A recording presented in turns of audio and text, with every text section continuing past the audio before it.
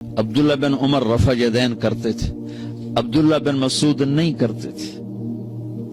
حضرت معاویہ رضی اللہ عنہ ایک وتر پڑھتے تھے، عبداللہ بن عباس 3 وتر پڑھتے تھے۔ یہ سب صحابہ کے کام ہیں۔ آپ نے کبھی اونچی آمین بھی کہی ہے، کبھی آہستہ آمین بھی کہی ہے، پر آپس میں نفرتوں کا شکار نہ ہو۔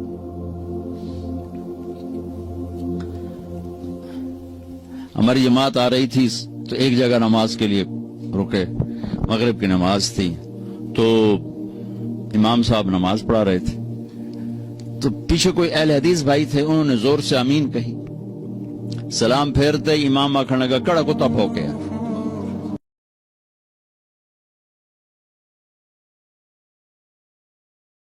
جاہل ہوں گے تو بیچاری عوام کا کیا حال ہوگا؟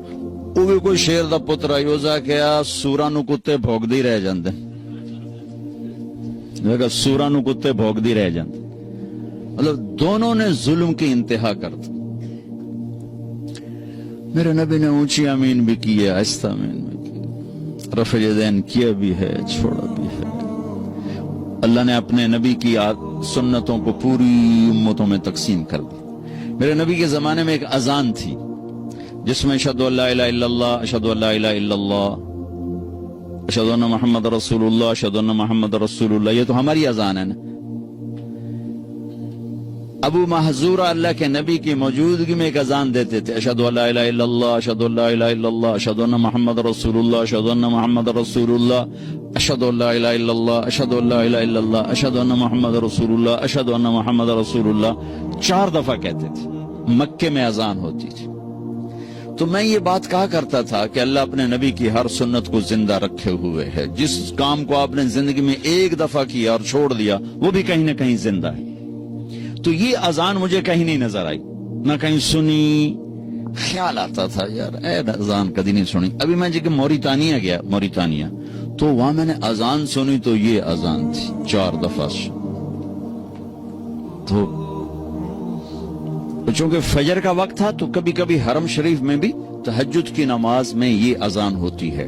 میں نے سمجھا شاید یہ وہی تہجد والا قصہ ہے، لیکن جب ظہر کی اذان بھی ویسی ہوئی، عصر کی بھی ہوئی، مغرب کی بھی، پھر میں نے پوچھا، میں کہا یار اے تھوڑی اذان کیویں ایویں ہی ہے سارا سال ہے؟ انہوں نے کہا ہم یہی اذان دیتے ہیں۔ میں نے کہا واہ میرے مالک، آج میری بات پر تو نے مہر لگا دی کہ میں یہ کہا کرتا تھا کہ اللہ نے اپنے نبی کی ہر ادا کو زندہ رکھنا ہے، کوئی کہیں پر زندہ ہے، کوئی کہیں پر زندہ ہے، کوئی کہیں پر زندہ ہے، کوئی کہیں پر زندہ ہے۔ تو بھائیو امت بن کے رہو، مسلمان بن کے رہو، آپس میں نفرتوں کا شکار نہ ہو۔ امت میں اختلاف تو صحابہ کے دور سے ہے، نبی کے دور سے ہے۔ بخاری شریف کی روایت ہے، آپ نے ایک لشکر بھیجا یہودیوں کا علاقے پر حملہ کرنے، بنو قریظہ۔ فرمایا گئے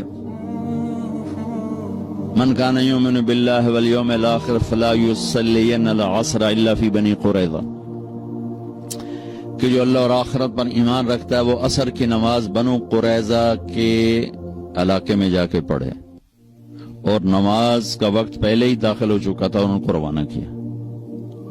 بنو قریظہ رہتے تھے قباء سے آگے، یہ مسجد قباء ہے نا، اس سے بھی آگے رہتے تھے، ان کے ابھی کھنڈرات وہاں ہیں۔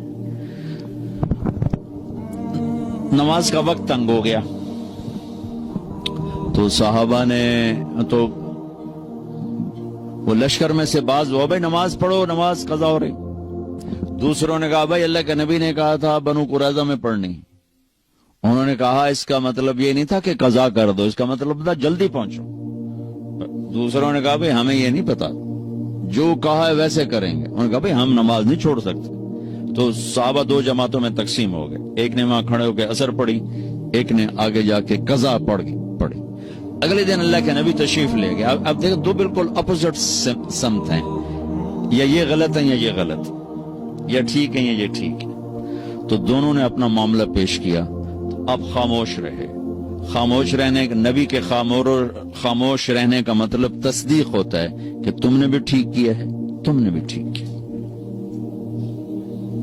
تو ہمیں سینہ کھلا رکھے۔ تو بھائیو آپ سے گزارش ہے، اچھے اخلاق کے ساتھ یہاں زندگی گزارو،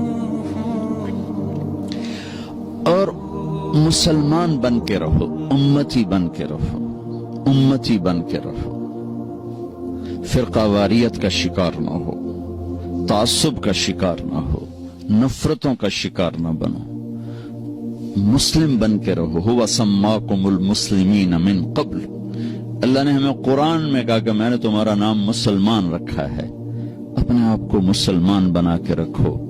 پوری دنیا پھرا ہوں، جو فرقہ واریت کی آگ پاکستان میں ہے کہیں نہیں دیکھی، اور ہندوستان اس کے ساتھ ملے ایک ہی ٹکڑا ہے، بنگلہ دیش میں بھی اتنے، لیکن ہندوستان پاکستان میں نفرت کی انتہا ہے۔